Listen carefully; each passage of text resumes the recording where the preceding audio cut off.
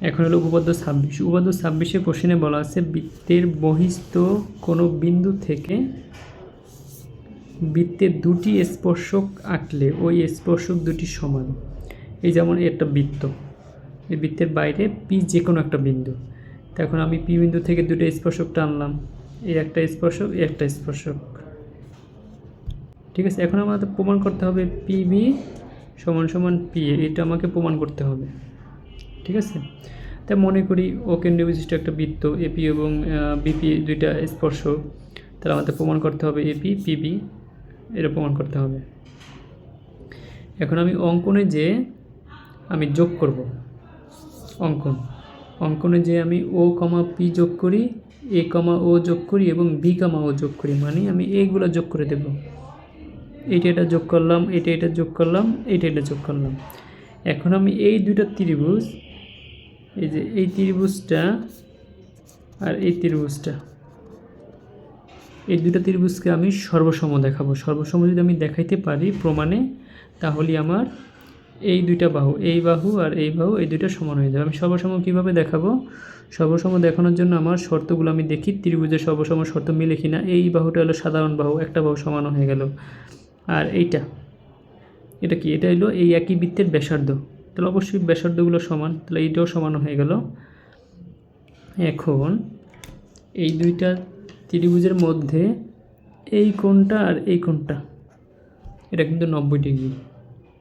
আমরা পূর্ববর্তী উপপাদ্যে কিন্তু পড়ে আসছি যে বৃত্তের স্পর্শক, যে কোনো স্পর্শক এবং স্পর্শক বিন্দুগামী ব্যাসার্ধ ওই বিন্দুতে 90 ডিগ্রি সমকোণ। ঠিক আছে, তাহলে এই দুইটা ত্রিভুজ কি সমকোণী ত্রিভুজ? এই কথাটা কিন্তু লিখতে হবে ব্র্যাকেট দিয়ে। ঠিক আছে,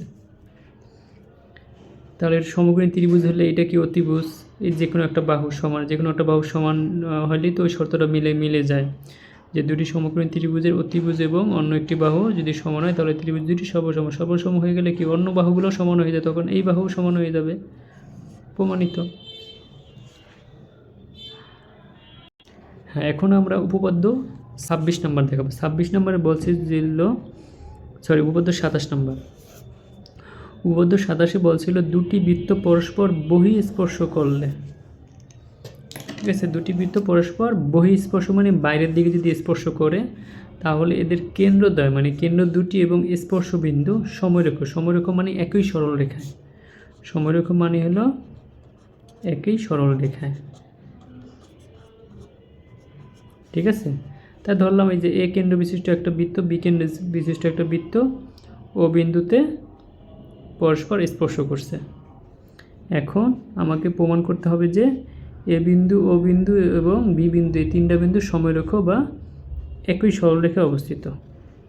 ঠিক আছে, এখন আমি এখানেও অঙ্কন করব। অঙ্কনে ওই যে এখানে আমি অঙ্কনে লিখলাম যে ও বিন্দুতে আমি একটা স্পর্শক আঁকছি, ও বিন্দুতে আমি একটা এই যে স্পর্শক আঁকছি, এই স্পর্শকটা হইল পি কিউ। ঠিক আছে, এবং ও কমা এ এবং ও কমা বি যোগ করছি। ঠিক আছে, এখন প্রমাণে আমি কী করব? প্রমাণে খুবই ইন্টারেস্টিং ব্যাপার। আমি যে এখানে একটা স্পর্শক আঁকছি, এই স্পর্শক পি কিউ স্পর্শক, এই পি কিউ স্পর্শকটা কিন্তু আমার এই যে বি কেন্দ্র বিশিষ্ট বৃত্তের সাথেও আছে, আবার এ কেন্দ্র বিশিষ্ট বৃত্তের সাথেও আছে। তাহলে এইখানে কিন্তু এই কোণ আর এই কোণ, দুইটা কোণই কিন্তু 90 ডিগ্রি কোণ তৈরি হয়েছে। মানে কি এই কোণটার মানও 90 ডিগ্রি, আবার এখানে এই কোণটার মানও 90 ডিগ্রি। ঠিক আছে, কারণ কি? কারণ হলো বৃত্তের কোনো স্পর্শক এবং স্পর্শ বিন্দুগামী ব্যাসার্ধ ওই বিন্দুতে 90 সমকোণ তৈরি করে। ঠিক আছে, তাহলে এইটাও যদি 90 ডিগ্রি হয়, এটাও 90 ডিগ্রি, তাহলে কি হলো? তাহলে কোণ এ ও বির মান তাহলে কি হলো? কোণ এ ও বির মান হলো কিন্তু তাহলে 90 ডিগ্রি প্লাস 90 ডিগ্রি মানে 180 ডিগ্রি।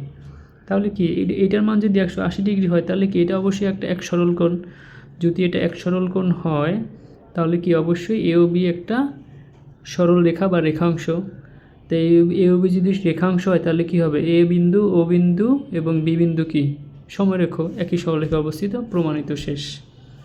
ঠিক আছে, তাহলে এই বৃত্তে কিন্তু বেশ কিছু বিষয় খুব ইন্টারেস্টিং বিষয় মনে রাখা লাগে, যেমন স্পর্শক দিয়ে মনে রাখা লাগে, ওই যে স্পর্শ বিন্দুতে সমকোণ তৈরি করে, এটা কিন্তু অনেক জায়গায় কাজে লাগে, যে বৃত্তের যে কোনো স্পর্শবিন্দুগামী ব্যাসার্ধের উপর লম্ব বা সমকোণ তৈরি করে, এই জিনিসটা কিন্তু কাজে লাগে। এরপরে বৃত্তস্থ কোণ, কেন্দ্রস্থ কোণ, অর্ধবৃত্তস্থ কোণ, এই বিষয়গুলো লাগে।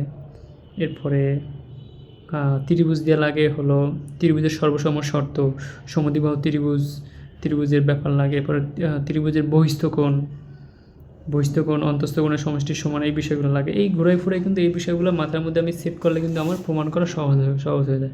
এই জন্য এগুলো পারার জন্য বারবার বিষয়গুলো লিখে প্র্যাকটিস করতে হবে, তাহলে আমি পারবো। ধন্যবাদ।